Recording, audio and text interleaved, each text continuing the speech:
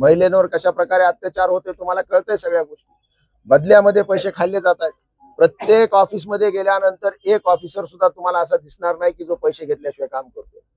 पण हे जो गोंधळ महाराष्ट्रात निर्माण झालेला आहे, हा गोंधळ कुठं ना कुठं तर रोखण्यासाठी शिवसेना रस्त्यावर आलेली आहे आणि निश्चितच या सरकारला आम्ही नीट केल्याशिवाय राहणार नाही. राज्यात ज्या महिलांना अत्याचाराच्या घटना घडतात त्या अनुषंगाने मुख्यमंत्री आणि गृहमंत्री असं राजीनामा द्यावा असं वाटतं. 100% राजीनामा दिला पाहिजे. 100% शासनानं यामध्ये दखल घेतली पाहिजे आणि एक चांगला कायदा या निमित्तानं शासनानं केला पाहिजे. कायदा हे फक्त कागदावर नसला पाहिजे, कागदा हे इम्प्लिमेंट सुद्धा झाला पाहिजे. अशा प्रकारे करण्यात आले आपल्याकडे पीक विम्याच्या संदर्भामध्ये परभणी जिल्ह्यातील जे काही महसूल मंडळ आहेत त्यापैकी 18 महसूल मंडळाला वगळण्यात आले.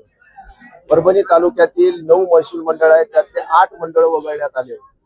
याचं टेक्निकल कारण होतं, बऱ्याच दिवसापासून आम्ही विविध प्रकारचे आंदोलन करतोय पण शासन अजिबात त्यामध्ये दखल देत नाही. म्हणून आज कलेक्टर ऑफिसला आम्ही लॉक लावण्यासाठी इथं आलो होतो. इथं धरणे आंदोलन केलं आणि या निमित्तानं जिल्हाधिकारी महोदयावर आमची चर्चा झालेली आहे. त्यामध्ये टेक्निकल कारण असं आहे की सोयाबीन यावेळेस अतिवृष्टी झाल्यामुळं सोयाबीनचं जे ड्राय वेट घेतलं जात होतं त्यामध्ये शासनाने एक परिपत्रक काढलं की त्यांचं ड्राय वेटही घ्या आणि त्यांचं ग्रीन वेटही घ्या. ग्रीन वेट मध्ये ओला असताना खाली ओला होता, ओला होता, म्हणून सोयाबीनचं 2 प्रकारचं वेट घ्यावं अशा प्रकारचं शासनाने निर्देशित केलं. तशा प्रकारचं नोटिफिकेशन शासनानं काढलं होतं. 11 तारखेला काढलं होतं 10व्या महिन्यात, त्यानंतर 3 तारखेला काढलं होतं, 9 तारखेला काढलं होतं. त्यानंतर आपल्या परभणीच्या प्रशासनानं तशा प्रकारचं 2दा वजन घेतलं. आता वास्तव पाहायला गेलं तर शासनाची जी कंपनी आहे ऑल इंडिया इन्शुरन्स कंपनी, शासनाचं त्यामध्ये 84% शेअर्स आहे आणि त्याच कंपनीनं परत ऑब्जेक्शन घेतलं की तुम्ही 2दा वेट कशाला घेतलं. आता 2दा वेट काय सरकारनं शेतकऱ्यांना घ्यायला सांगितलं का? सरकारनं 2दा वेट घेतलं. दोघांच्या वेटमध्ये खूप फरक आला, ओल्यामध्ये आणि वाळ्या याच्यामध्ये. त्यामध्ये म्हणून त्याने ड्रायज रेशो जो असतो सुकवणीचा प्रयोग ग्राह्य धरून आम्हाला विमा देण्यात यावं अशा प्रकारची आमची मागणी होती. आणि हे जे 2 प्रयोग करायला लावले होते, या 2 वेट घ्यायला लावले होते, शासनानंच घ्यायला लावले होते, आम्ही आता सिद्ध केलं. कलेक्टर महोदयाने आम्हाला सांगितलंय की मी याच्यावर बैठक घेणार आहे.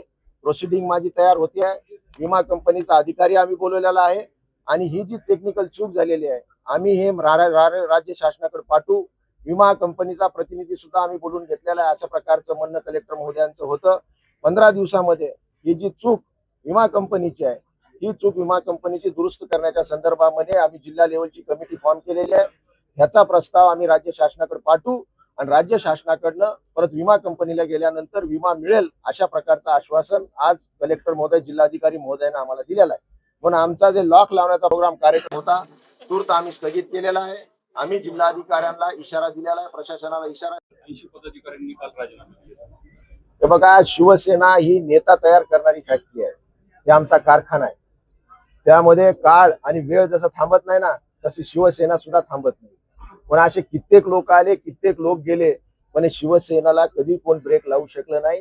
ही शिवसेनेची कारखानदारी आहे नेते तयार करण्याची. आज गेले तर उद्या अजून त्यापेक्षा जास्त निर्माण होती. त्याला शिवसेनेला काही फरक पडणार नाही. भाजपच्या जिल्हाध्यक्षांनी खासदारांना आव्हान केले की तुम्ही भाजपमध्ये प्रवेश करा.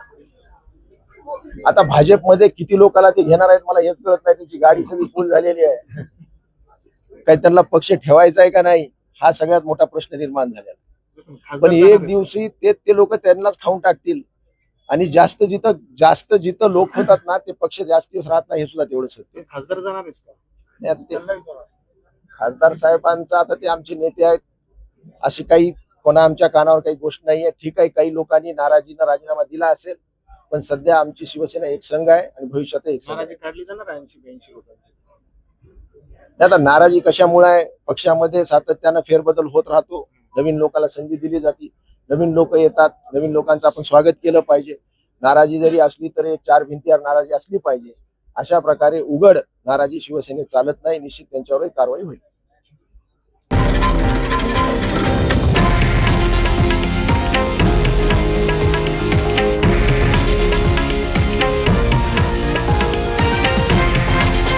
हे आहे देशातील नंबर 1 न्यूज नेटवर्क आणि आपण पाहत आहात TV9 मराठी, एकमेव.